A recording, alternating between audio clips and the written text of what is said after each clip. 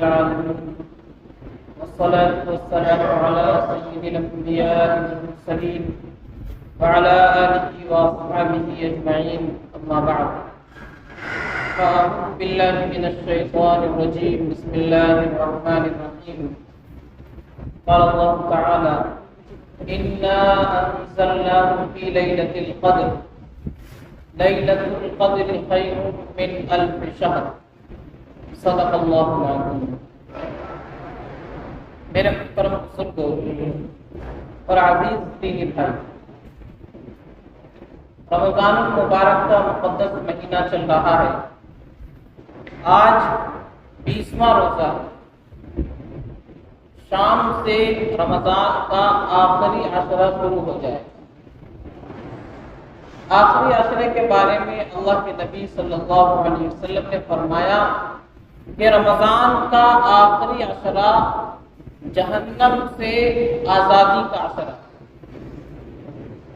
ان آخری 10 دنوں میں اللہ تبارک و تعالی لوگوں کو جہنم سے آزاد فرماتے۔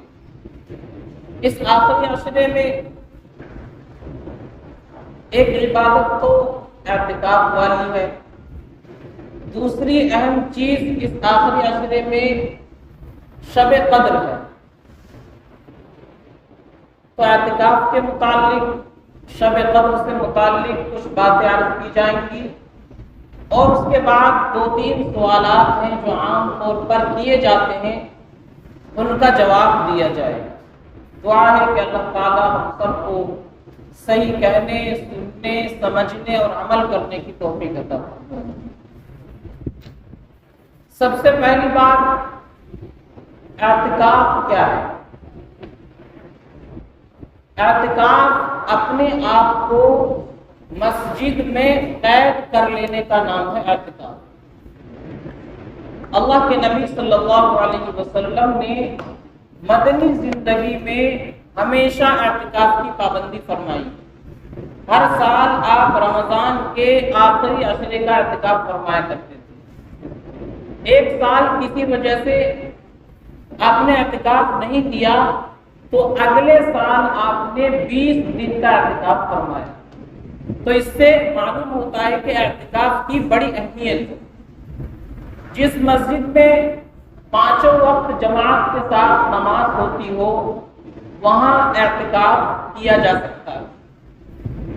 اعتکاف سنت مؤکدہ علی الکفایہ، یعنی بستی کے تمام لوگوں پر اعتکاف ضروری ہے، لیکن اگر چند آدمی اعتکاف میں بیٹھ جائیں تو سب کی طرف سے ادا ہو جاتا ہے۔ اور اگر پوری بستی میں سے، پورے محلے سے کوئی آدمی اعتکاف میں نہیں بیٹھتا تو سارے کے سارے مسلمان گنہگار ہیں۔ جیسا کہ نماز جنازہ ہے، وہ فرض علی الکفایہ ہے، تمام مسلمانوں پر کوئی مسلمان اگر مر جاتا ہے تو اس کی نماز جنازہ ادا کرنا ضروری ہے، لیکن چند لوگ اگر اس بستی کے ادا کر لیں تو سب کی طرف سے ادا ہو جاتا ہے، اور اگر کوئی بھی ادا نہ کرے تو سب کے سب گنہگار ہوتے ہیں۔ اسی طریقے سے اعتکاف کا مسئلہ سب پر ضروری ہے، لیکن چند لوگ اگر ادا کر لیں سب کی طرف سے ادا ہو جاتا ہے۔ اور اگر مسجد خالی رہے، کوئی بھی اعتکاف میں نہ بیٹھے تو سب کے سب گنہگار۔ اللہ کے نبی صلی اللہ علیہ وسلم نے اعتکاف کے فضائل بیان فرمائے۔ ایک روایت میں فرمایا کہ جو بندہ اعتکاف میں بیٹھتا ہے، 1 دن کے اعتکاف کا بدلہ یہ ہے کہ اللہ تبارک و تعالی معتکف کے درمیان اور معتکف اور جہنم کے درمیان 3 بڑی بڑی خندقیں اللہ کھود دیتے ہیں۔ ایک خندق کتنی چوڑی ہوتی ہے؟ جتنی مشرق اور مغرب کے درمیان چوڑائی، یعنی زمین و آسمان یا مشرق و مغرب کے درمیان جتنی چوڑائی ہے، جتنا فاصلہ ہے، اتنا فاصلہ ایک خندق سے دوسری خندق کے درمیان ہوتا ہے۔ 3 اتنی بڑی بڑی خندقیں اللہ کھود دیتے ہیں 1 دن کے اعتکاف کرنے والے اور جہنم کے درمیان، یعنی وہ بندہ جہنم سے بہت دور ہو جاتا ہے جو 1 دن کا اعتکاف کرتا ہے۔ ایک روایت میں فرمایا کہ اعتکاف کرنے والے کو اللہ 2 حج اور 2 عمروں کا ثواب عطا فرماتے ہیں۔ لوگ حج کرنے کے لیے، عمرہ کرنے کے لیے لاکھوں روپیہ خرچ کر کے جاتے ہیں، اور اللہ تعالیٰ اعتکاف کرنے والے کو 2 حج اور 2 عمرے کا ثواب عطا فرما دیتے ہیں۔ تو یہ اتنی بڑی فضیلت ہے، کام کم ہے، وقت کم ہے، محنت کم ہے اور ثواب زیادہ ہے۔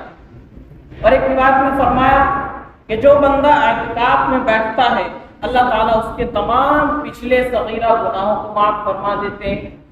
ایک اور روایت میں فرمایا کہ اللہ اعتکاف میں بیٹھنے والے شخص کو بغیر کیے ان اعمال کا ثواب عطا فرماتا ہے جو کرنے والوں کو دیتا ہے۔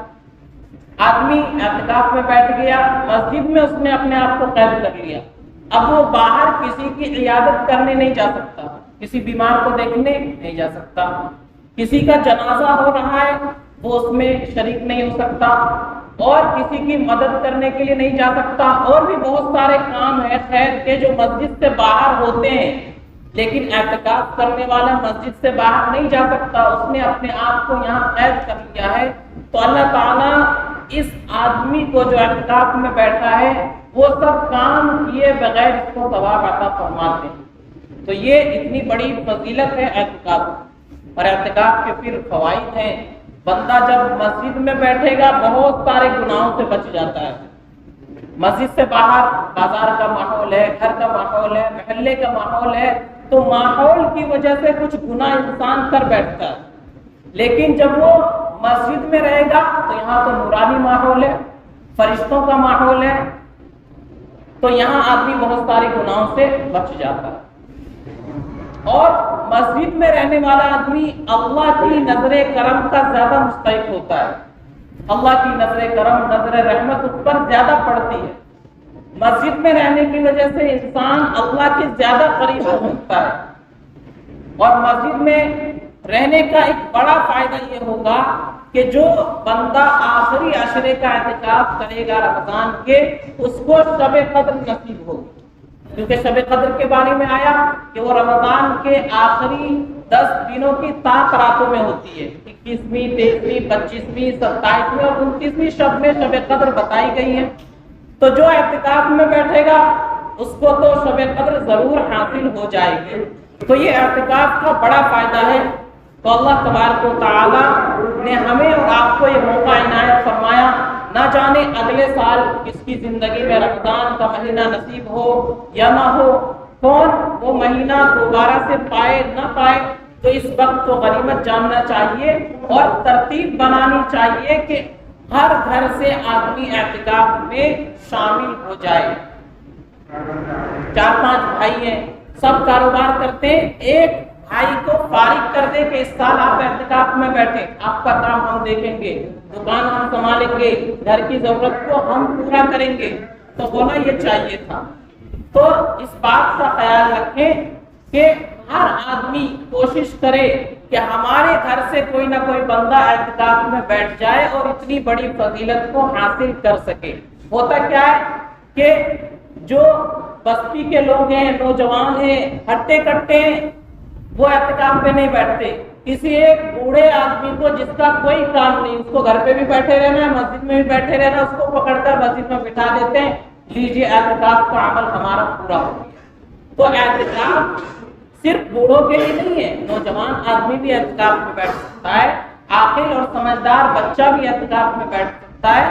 تو ہم نے سمجھ لیا کہ جو بوڑھا ہو گیا، جس کا کوئی کام نہیں ہے، اس کو اعتکاف میں بٹھا دو، ایسا نہیں ہے۔ یہ اعتکاف فضیلت والی چیز ہے، ثواب کا کام ہے، اور اس سے بڑے فوائد حاصل ہوتے ہیں۔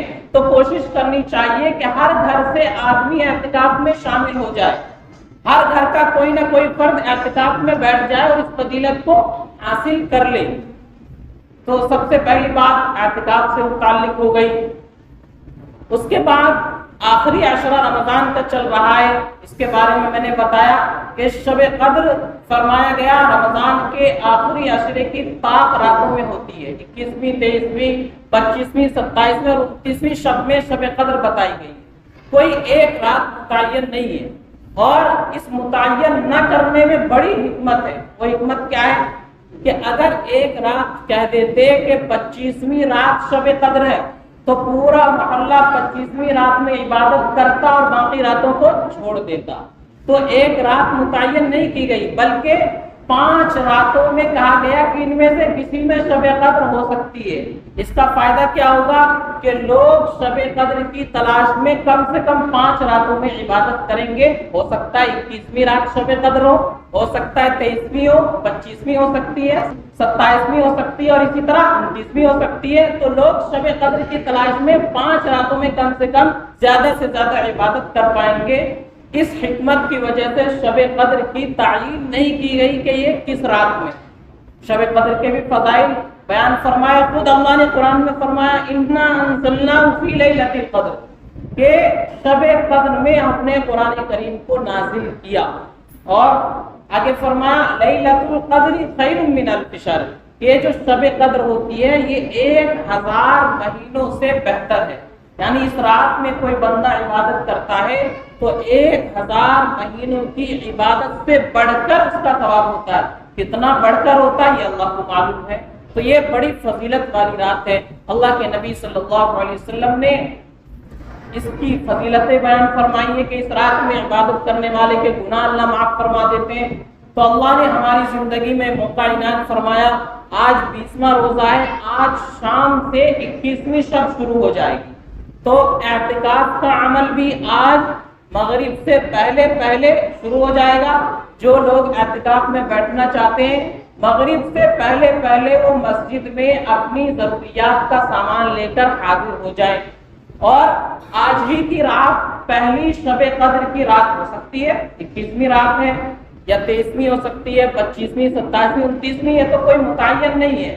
تو عبادت کی رات ہوتی ہے، جاگ کر کے ان راتوں کو نہیں گزارنا ہے۔ بہت سے لوگ سمجھتے ہیں اور خاص کر عورتوں میں مشہور ہوتا ہے کہ جاگنے کی رات ہے۔ سوال بھی یہی کیا جاتا ہے کہ امام صاحب جاگنے کی رات کب ہے؟ تو میرے عزیزوں یہ جاگنے کی رات نہیں ہے، عبادت کی رات ہے۔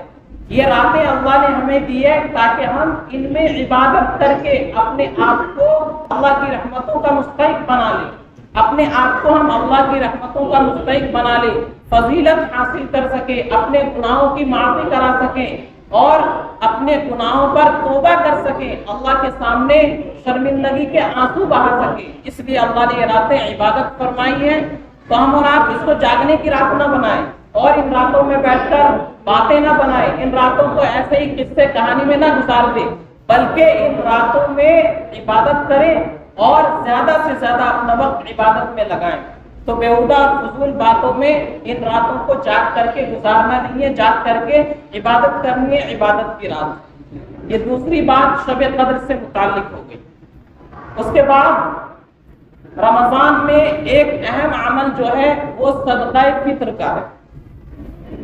صدقہ فطر اللہ کے نبی صلی اللہ علیہ وسلم نے فرمایا کہ یہ رمضان میں ہونے والی کوتاہیوں کا کفارہ ہے۔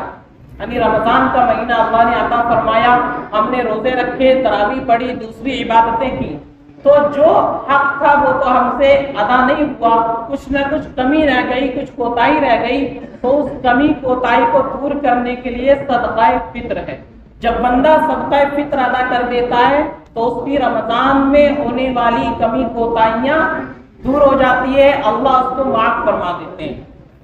اور دوسرا فائدہ صدقہ فطر کا کیا ہے؟ اللہ کے نبی نے فرمایا یہ مسکینوں کے لیے کھانا ہے، یعنی مسکین آدمی کے کھانے کا انتظام صدقہ فطر کے ذریعے سے ہو جاتا ہے۔ تو صدقہ فطر یہ بہت اہم عبادت ہے۔ اس کا مقصد حدیث سے معلوم ہوتا ہے کہ اس کا مقصد یہ ہے کہ رمضان کی کوتاہی جو ہوئی ہے وہ معاف ہو جائے، وہ ختم ہو جائے، اور دوسرا مقصد کیا ہے کہ جو غریب لوگ ہیں، محتاج لوگ ہیں، ان کے کھانے کا انتظام ہو جائے۔ کیونکہ اسلام کی خواہش یہ ہے کہ جب مسلمان خوش ہو تو سارے کے سارے مسلمان خوش ہوں، اور جب مسلمانوں کو تکلیف پہنچے تو سارے کے سارے مسلمانوں کے دلوں میں اس کا احساس ہونا چاہیے۔ ایک مسلمان دنیا کے کسی کونے میں اگر تکلیف میں ہے تو دنیا کے سارے مسلمانوں کو، سارے ایمان والوں کو اس تکلیف کا احساس ہونا چاہیے۔ یہ مسلمان ہونے کا مطلب ہے۔ اللہ کے نبی نے فرمایا کہ مسلمان ایک جسم کی طرح ہوتا ہے، جس طرح جسم کے ایک حصے کو تکلیف ہوتی ہے تو دوسرا حصہ بلکہ پورا جسم اس تکلیف کو محسوس کرتا ہے، ٹھیک اسی طریقے سے دنیا کے کسی بھی کونے میں کوئی مسلمان اگر پریشان ہے تو اس کی تکلیف کا احساس ہمارے دلوں میں ہونا چاہیے۔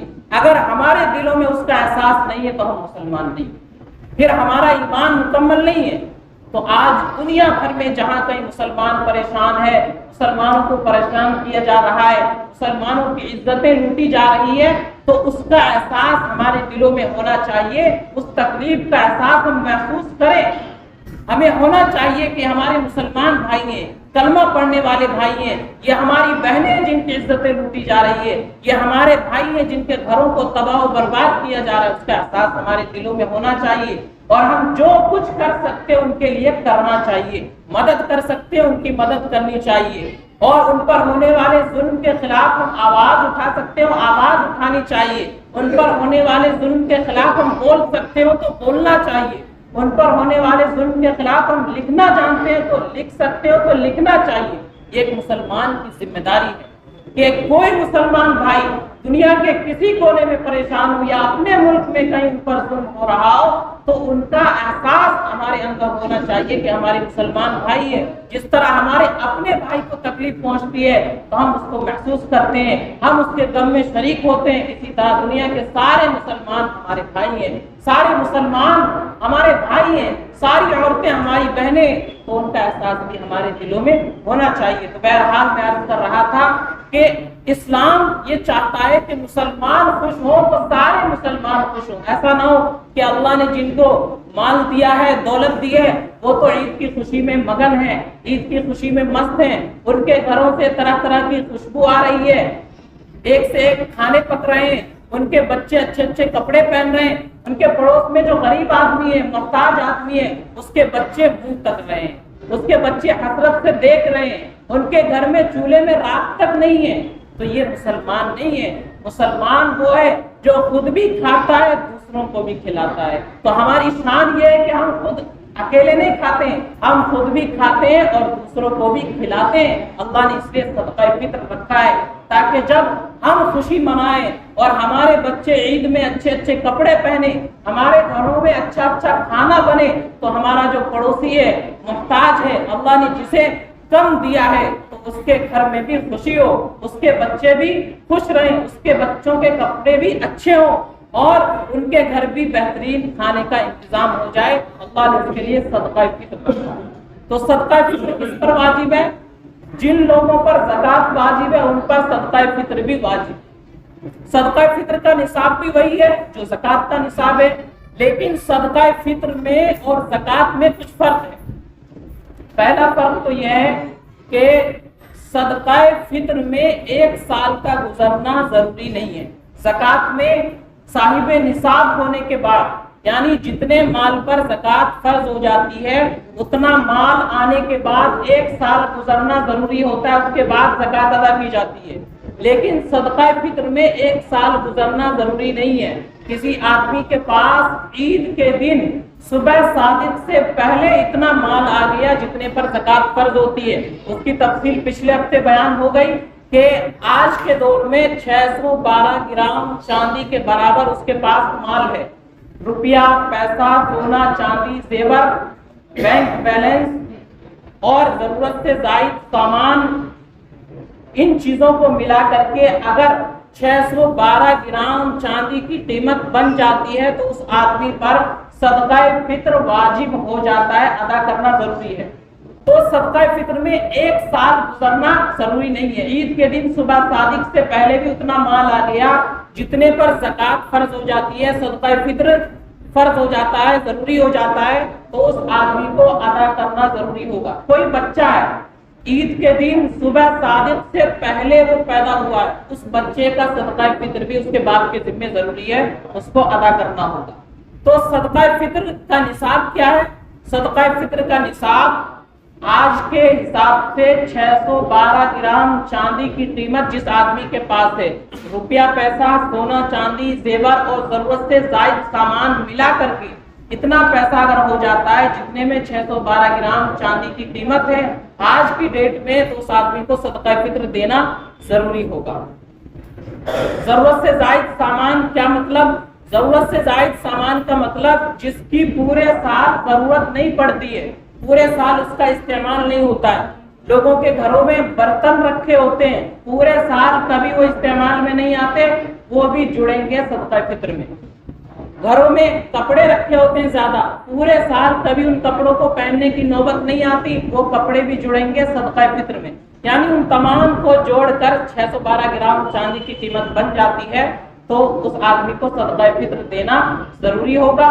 اور جن لوگوں کو ہم زکوٰۃ دے سکتے ہیں ان لوگوں کو صدقہ فطر بھی دیا جا سکتا ہے۔ پچھلے ہفتے جیسا کہ میں نے کہا، اپنے جو غریب رشتہ دار ہیں سب سے پہلے ان کو دیکھنا ہے، ان کی ضرورت پوری ہو جائے تو پھر اس کے بعد دوسرے لوگوں کو۔ اسی طرح جو اپنا پڑوسی ہے وہ ضرورت مند ہے تو سب سے پہلے اس کی ضرورت کو پورا کرنا ہے اور اس کے بعد دوسرے لوگوں کو دیا جا سکتا ہے۔ تو یہ صدقہ فطر ہے۔ صدقہ فطر اپنی طرف سے بھی دینا ہے اور اپنی نابالغ اولاد کی طرف سے بھی دینا ہے۔ بالغ اولاد کے پاس اگر مال ہے تو وہ خود ادا کرے گی، اور اگر بالغ اولاد کے پاس مال نہیں ہے تو باپ دے دے، بہت بہتر ہے۔ اپنی بیوی کی طرف سے، ماں باپ کی طرف سے دینا ضروری نہیں ہے، لیکن اگر دے دے تو زیادہ بہتر ہے۔ بیوی اپنے مال سے دے گی، ماں باپ اپنے مال سے دیں گے، لیکن ان کے پاس نہیں ہے، بیٹا دے رہا ہے، بہت اچھی بات ہے، ادا ہو جائے گا۔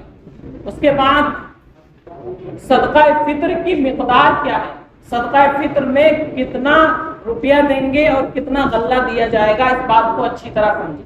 شریعت نے نصاب متعین کیا ہے کہ اگر صدقہ فطر گیہوں کے ذریعے سے ادا کیا جا رہا ہے تو وہ نصف صاع ہے، آدھا صاع، اور آدھا صاع آج کا وزن ہوتا ہے 2.25 کلو کے قریب۔ یعنی گیہوں کے ذریعے ہم اگر صدقہ فطر ادا کر رہے ہیں تو 2.25 کلو ایک آدمی کی طرف سے، اور اگر کھجور، کشمش، پنیر جو ان کی طرف سے ہم ادا کر رہے ہیں، یعنی کھجور کے ذریعے، پنیر کے ذریعے جو، اور کشمش کے ذریعے ہم صدقہ فطر ادا کر رہے ہیں، تو پھر ایک سا کا مطلب آج کا وزن 3.5 کلو، 3.5 کلو کھجور ایک آدمی کا صدقہ فطر، 3.5 کلو کشمش ایک آدمی کا صدقہ فطر ہوگا۔ تو یہ دو طرح کے نصاب شریعت نے متعین کیے۔ جس آدمی کو اللہ نے مال کم دیا ہے لیکن نصاب کے بقدر اس کے پاس ہے لیکن کم ہے، تو اس آدمی کو چاہیے کہ وہ گیہوں کے ذریعے سے صدقہ فطر ادا کر دے، اور جس آدمی کو اللہ نے زیادہ دیا ہے، بہت زیادہ دیا ہے، تو اس کو چاہیے کہ کھجور کے ذریعے سے، پنیر کے ذریعے سے، کشمش کے ذریعے سے صدقہ فطر ادا کرے، تاکہ غریبوں کا زیادہ سے زیادہ فائدہ ہو سکے اور غریبوں کے لیے زیادہ سے زیادہ انتظام ہو سکے۔ ہوتا کیا ہے، ایک آدمی کے پاس لاکھوں کروڑوں کی دولت ہے لیکن وہ بھی چاہتا ہے کہ 40-50 روپے میں کام چلا لوں، گیہوں کے ذریعے صدقہ فطر ادا کر دیتا ہے۔ یہ صحیح بات نہیں ہے۔ یہ گیہوں کے ذریعے سے تو ان لوگوں کے لیے ہے جن کو اللہ نے تھوڑا دیا ہے، جن کے پاس کم ہے۔ آپ کو اللہ نے لاکھوں دیا، کروڑوں دیا ہے، آپ کو چاہیے کہ آپ کھجور کے ذریعے سے صدقہ فطر ادا کریں، کشمش کے ذریعے سے ادا کریں، پنیر اور جو کے ذریعے سے ادا کریں، تاکہ غریبوں کا زیادہ سے زیادہ فائدہ ہو سکے۔ تو اس بات کا خیال رکھنا ہے۔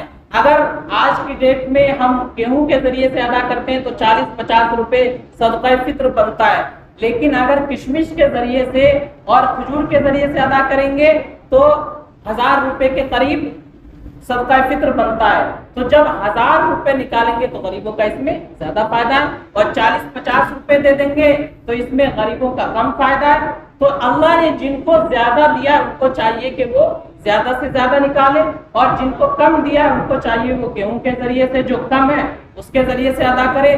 تو ادارے والے اور مدرسے والے بھی کیا غلطی کرتے ہیں کہ بس اعلان کر دیتے ہیں اس بار صدقہ فطر 40 روپے 50 روپے، وہ پوری طریقے سے لوگوں کو سمجھاتے نہیں ہیں کہ 50 اور 60 روپے کن کے لیے، اور کھجور اور کشمش والا جو نصاب ہے وہ کن لوگوں کے لیے۔ اس بات کو اگر اچھی طریقے سے مدرسے والے سمجھا دیں تو ہو سکتا ہے کوئی آدمی بات سمجھ جائے اور وہ کھجور کے ذریعے سے صدقہ فطر ادا کر دے تو زیادہ فائدہ ہو جائے گا لوگوں کا، غریب بچوں کا جو مدرسے میں پڑھتے ہیں، اور محتاج لوگوں کا، ان کی بھی عید اچھے طریقے سے من جائے گی۔ ہم 40 روپے ادا کریں گے، 40 روپے میں تو ایک ٹائم کا کھانا صحیح سے آدمی نہیں کھا پاتا ہے۔ ہم کسی ہوٹل میں بیٹھتے ہیں، ہزاروں روپے کا بل بنا کے آ جاتے ہیں، تو غریب آدمی کی عید 40 روپے میں کیسے بن جائے گی؟ ہم ایک آدمی کی طرف سے 40 روپے صدقہ فطر دے دے تو ایسا نہیں ہے. اللہ نے زیادہ دیا ہے تو آپ کھجور کے ذریعے، کشمش کے ذریعے، پنیر کے ذریعے ادا کریں، اور اگر کم دیا ہے تو پھر گیہوں کے ذریعے ادا کر سکتے ہیں. تو ایسا کس لیے؟ گیہوں اللہ نے 2.25 کلو اور کھجور جو مہنگی ہے ہمارے یہاں وہ 3.5 کلو. تو اس بات کو سمجھنا چاہیے کہ عرب میں جہاں یہ احکام نازل ہوئے اللہ کے نبی صلی اللہ علیہ وسلم کے زمانے میں گیہوں تو باہر سے آتا تھا، مدینے میں گیہوں کی پیداوار نہیں ہوتی تھی اور کھجور کی پیداوار مدینے میں ہوتی تھی. تو کھجور وہاں کے لوگوں کے لیے سستی ہوتی تھی اور گیہوں وہاں کے لوگوں کے لیے مہنگا پڑتا تھا، اس لیے گیہوں کا نصاب کم رکھا گیا اور کھجور کا زیادہ رکھا گیا. ہمارے یہاں گیہوں سستا ہے کیونکہ ہمارے گھر میں پیدا ہو رہا ہے اور کھجور ہمارے لیے مہنگا ہے. تو اللہ نے زیادہ دیا ہے کہ کھجور کے ذریعے سے ادا کرے. 3.5 کلو کھجور کی قیمت، اور اگر کم دیا ہے تو گیہوں کے ذریعے سے ادا کرے. 2.25 کلو گیہوں کی قیمت دے سکتے ہیں. اور پیسے دینا زیادہ بہتر ہے کیونکہ ہم گیہوں دیں گے اس آدمی کی ضرورت پوری نہیں ہوگی. پیسہ دیں گے اس آدمی کو کپڑے کی ضرورت ہے، کپڑا لا سکتا ہے. کھانے پینے کی ضرورت ہے، کھانے پینے کا سامان لا سکتا ہے. بچوں کو کپڑے دلانے، جوتے دلانے وہ دلوا سکتا ہے. تو پیسے دینے میں زیادہ فائدہ ہے اور یہ زیادہ بہتر ہے تاکہ اس کی جو بھی ضرورت ہے وہ اپنی ضرورت پوری کر سکے. تو عید سے پہلے ادا کر دیں گے تو زیادہ بہتر ہوگا تاکہ ان لوگوں کی بھی عید من سکے اچھی طریقے سے. ہم اگر عید کے دن ہی دیں گے تو وہ لوگ عید کیسے منائیں گے؟ تو رمضان میں ہی دے دیں گے تو زیادہ بہتر رہے گا تاکہ جیسے ہم ابھی سے عید کی تیاری کر رہے ہیں وہ لوگ بھی عید کی تیاری کر سکے، اچھے کپڑے لے سکے، بچوں کو پہنا سکے، کھانے پینے کا انتظام کر سکے. لیکن کسی نے اگر عید سے پہلے نہیں دیا تو عید کے بعد بھی دینا ضروری ہوگا، وہ ختم نہیں ہوگا. عید کے بعد بھی اس کو صدقہ فطر ادا کرنا پڑے گا. تو اس لیے عید سے پہلے دے دیں گے تو زیادہ فائدہ ہو جائے گا. بہرحال تو یہ صدقہ فطر ہے، اس سے متعلق کچھ باتیں آپ حضرات کے سامنے بیان ہو گئی. اور کسی کو اگر کوئی مسئلہ معلوم کرنا ہو اور کوئی ضرورت ہو تو آ کر کے بعد میں معلوم کر سکتے ہیں. ساری باتیں جمعہ میں بیان نہیں ہو سکتی، بہت تھوڑا وقت رہتا ہے. اس کے بعد 1-2 سوال ہیں جو بہت زیادہ کیے جاتے ہیں. پہلا سوال یہ ہے کہ کیا حرام مال پر بھی زکوٰۃ فرض ہوتی ہے؟ مال کمایا حرام ذریعے سے، رشوت لے کر کے، سود کا پیسہ ہے، چوری کا پیسہ ہے، ڈکیتی کا پیسہ ہے، 2 نمبر کا پیسہ ہے، تو ان پر بھی زکوٰۃ فرض ہوگی یا نہیں، یہ سوال کیا جاتا ہے. تو یاد رکھے اللہ نے 100 روپے دیے تو 97.97 روپے اپنے پاس رکھو، 2.5% غریبوں کو دے دو. یہ حلال مال کی زکوٰۃ ہے. لیکن اگر مال حرام ہے، حرام ذریعے سے آیا ہے تو سمجھانے کے لیے میں کہتا ہوں کہ پھر 2.5% سے کام نہیں چلے گا، پوری 100% زکوٰۃ ادا کرنی. حرام مال پورا کا پورا صدقہ کرنا ہوگا. اگر مالک معلوم ہے تو اس کو واپس کر دینا ہے، اور اگر معلوم نہیں ہے تو بغیر ثواب کی نیت سے پورا کا پورا حرام مال صدقہ کرنا ہوگا. حرام مال میں زکوٰۃ 2.5% نہیں ہے، پوری 100% زکوٰۃ ادا کرنی ہوگی. یہ سمجھانے کے لیے ایک بات کہہ رہا ہوں کہ زکوٰۃ اس میں ہے ہی نہیں، وہ تو پورا حرام ہے، آپ اس کے مالک ہی نہیں ہیں. جو مالک ہے اس کو پہنچائے اگر جانتے ہیں، اور اگر مالک نہیں معلوم ہے، پتہ نہیں کس کس کا لے رکھا ہے اور کہاں سے اکٹھا کر رکھا ہے، تو پھر پورے مال کو جو حرام مال ہے اس کو صدقہ کرنا ہوگا بغیر ثواب کی نیت سے. اور اگر آدمی توبہ کر لے کہ آئندہ کسی سے رشوت نہیں لوں گا، سود کا کاروبار نہیں کروں گا، 2 نمبر کا دھندا نہیں کروں گا، اگر توبہ کر لے گا تو اللہ کی ذات سے امید ہے اللہ اس کو ثواب بھی عطا فرمائیں گے. تو بغیر ثواب کی نیت سے حرام مال اگر ہے تو پورا کا پورا صدقہ کرنا ہوگا. مالک اگر معلوم نہیں ہے، مالک معلوم ہے تو اس کو واپس کر دینا ہے. اور اگر مال ایسا ہے کہ حرام بھی ہے اور حلال بھی ہے، 50% تو حلال کا ہے، محنت کی کمائی ہے، کچھ کر کے کھا رکھا ہے، اور 50% ایسا ہے کہ بغیر کیے ہوئے، بغیر محنت کے لوگوں کی جیب کو لوٹ رکھا ہے. تو اب کیا کرنا ہے؟ تو اب حساب لگانا ہے کہ میرے پاس کتنا حلال ہے اور کتنا حرام ہے. حرام تو بغیر ثواب کی نیت سے صدقہ کر دینا ہے، مالک معلوم ہے تو اس کو واپس کر دینا ہے. اب حلال بچے گا. حلال اگر اتنا ہے جتنے پر زکوٰۃ فرض ہو جاتی ہے یا صدقہ فطر دینا ضروری ہو جاتا ہے تو اس میں زکوٰۃ فرض ہوگی، اور اگر اس سے کم ہے تو زکوٰۃ فرض نہیں ہوگی. مجھے امید ہے انشاءاللہ بات سمجھ میں آ گئی ہوگی. تو یہ سوال تھا پہلا. تو دوسرا سوال یہ ہے اور بہت ضروری سوال ہے، لوگ بہت زیادہ پوچھتے بھی ہیں اور خاص کر رمضان میں ہی پوچھتے ہیں، اور رمضان میں بھی جب آخری دن چلتے ہیں تبھی پوچھتے ہیں۔ وہ سوال کیا ہے؟ وہ سوال یہ ہے کہ کیا تراویح میں حافظ صاحب کو پیسہ دینا جائز ہے یا نہیں؟ تراویح میں حافظ صاحب کو پیسہ دینا جائز ہے یا نہیں ہے؟ سب سے پہلی بات تو یہ کہ یہ سوال وہ لوگ کرتے ہیں جن کو دینا نہیں ہوتا ہے، جو دیتے کچھ نہیں ہے وہ لوگ یہ سوال کرتے ہیں۔ دوسری بات یہ کہ پورا سال گزر گیا، زندگی گزر گئی، کبھی نہیں پوچھا کہ میں 2 نمبر کا دھندا کرتا ہوں وہ حلال ہے یا حرام، میں لوگوں سے رشوت لیتا ہوں وہ حلال ہے یا حرام، سود کا کاروبار کرتا ہوں وہ حلال ہے یا حرام، میں نے اپنی بہنوں کو وراثت میں حصہ نہیں دیا، باپ کی جائیداد کو اکیلا ہڑپ گیا وہ حلال ہے یا حرام، میں لوگوں کو چونا لگاتا ہوں اور بیکار مال کو اچھا بتا کر کے بیچ دیتا ہوں وہ حلال ہے یا حرام، تو یہ باتیں کبھی نہیں پوچھتا۔ میں سٹا اور جوئے پہ پیسہ لگاتا ہوں یہ حلال ہے یا حرام، یہ باتیں کبھی نہیں پوچھی۔ اور جب معاملہ آ گیا کسی حافظ کو، کسی عالم کو، کسی قرآن سنانے والے کو، مسجد کے امام کو پیسہ دینے کا، تو یہ سوال ذہن میں آ گیا یہ حلال ہے یا حرام۔ کتنے افسوس کی بات ہے، زندگی بھر حرام کما رہے ہیں، حرام کھا رہے ہیں، کبھی نہیں پوچھا کہ امام صاحب یہ حلال ہے یا حرام۔ اور کسی حافظ کو، کسی امام کو دینے کا معاملہ آ گیا تو اس وقت مسئلہ یاد آ گیا، شریعت یاد آ گئی، قرآن و حدیث یاد آ گیا کہ یہ حلال ہے یا حرام۔ یہ تو ایک بات ہو گئی سمجھانے کے لیے کہ ہمیں صرف حافظ صاحب کا مسئلہ نہیں معلوم کرنا ہے، اپنے گریبان میں جھانکنا ہے کہ ہم جو کام کر رہے ہیں وہ حلال ہے یا حرام، ہمارا کاروبار حرام ہے یا حلال، ہمارا کاروبار جو ہے، جو پیسہ اس کے ذریعے سے آ رہا ہے وہ ہمارے لیے استعمال کرنا، اپنے بچوں کے لیے استعمال کرنا وہ حلال ہے یا حرام۔ تو اس بات کو ذہن میں رکھیں۔ دوسری بات رہی حافظ صاحب کو ہدیہ دینا، رمضان کے موقع پر ان کا تعاون کرنا، تو یہ شرعی اعتبار سے تعاون کر رہے ہیں، ہدیہ دے رہے ہیں، بغیر کسی لین دین کے، بغیر کسی متعین کیے ہوئے اجرت کے اگر دے رہے ہیں بہت اچھی بات ہے۔ کس نے منع کیا ہے؟ آپ 1000 روپے، 10,000، 20,000 نہیں، لاکھوں ہدیہ دے دیں، شریعت نے منع نہیں کیا، شریعت نے تو منع نہیں کیا، شریعت نے تو کہا ہے تمہارے علماء ہیں، تمہارے خادم ہیں، پورے سال تمہاری خدمت کر رہے ہیں، پورے سال تمہارے بچوں کو پڑھنا سکھا رہے ہیں، تمہیں قرآن سنا رہے ہیں، تمہیں نماز پڑھا رہے ہیں، تمہیں دین کی باتیں بتا رہے ہیں، تو ہدیہ دینے میں، ان کی مدد کرنے میں، ان کا تعاون کرنے میں، ان کو ہدیہ دینے میں کیا برائی؟ کوئی برائی نہیں ہے، دے سکتے ہیں۔ ہاں اگر متعین ہو جائے کہ میں تراویح اس شرط پر پڑھاؤں گا کہ مجھے 20,000 روپے دینے ہوں گے، تب درست نہیں ہے، ایسے آدمی کے پیچھے تراویح بھی نہیں پڑھنی چاہیے، پھر تو بہتر ہے سورہ تراویح آدمی پڑھے۔ لیکن متعین نہیں ہوا، حافظ صاحب اللہ کے لیے پڑھا رہے ہیں، آپ اللہ کے لیے سن رہے ہیں، قرآن کریم کا دور مکمل ہو گیا، آپ کو خوشی ہو رہی ہے حافظ صاحب نے پورے مہینے ہماری خدمت کی، وقت پر نماز پڑھائی اور ہمیں اللہ کا کلام سنایا، اس بات سے خوش ہو کر ہم چاہ رہے ہیں کہ جس طرح ہم عید منائیں گے، ہمارے بچے کپڑے پہنیں گے، ہمارے گھر والے پہنیں گے، حافظ صاحب نے تو پورا مہینہ ہمارے یہاں لگا دیا، انہوں نے تو کوئی دوسرا کام نہیں کیا، تو ہماری ذمہ داری ہے ہم ان کی مدد کر دے تاکہ وہ بھی اچھے طریقے سے عید کی خوشی میں شامل ہو سکے، ان کے گھر والے بھی عید منا سکے، ان کے بچے بھی عید پہ اچھے کپڑے پہن سکے۔ اگر اس نیت سے دے رہے ہیں خوشی کے ساتھ، بغیر متعین کیے ہوئے، کوئی برائی نہیں ہے، تو اس بات کو اچھی طرح سے سمجھ لیں۔ حافظ اور عالم کی بات جب آتی ہے اسی وقت مسئلہ یاد آتا ہے اور اپنا مسئلہ کبھی نہیں یاد آتا، یہ غلط بات ہے۔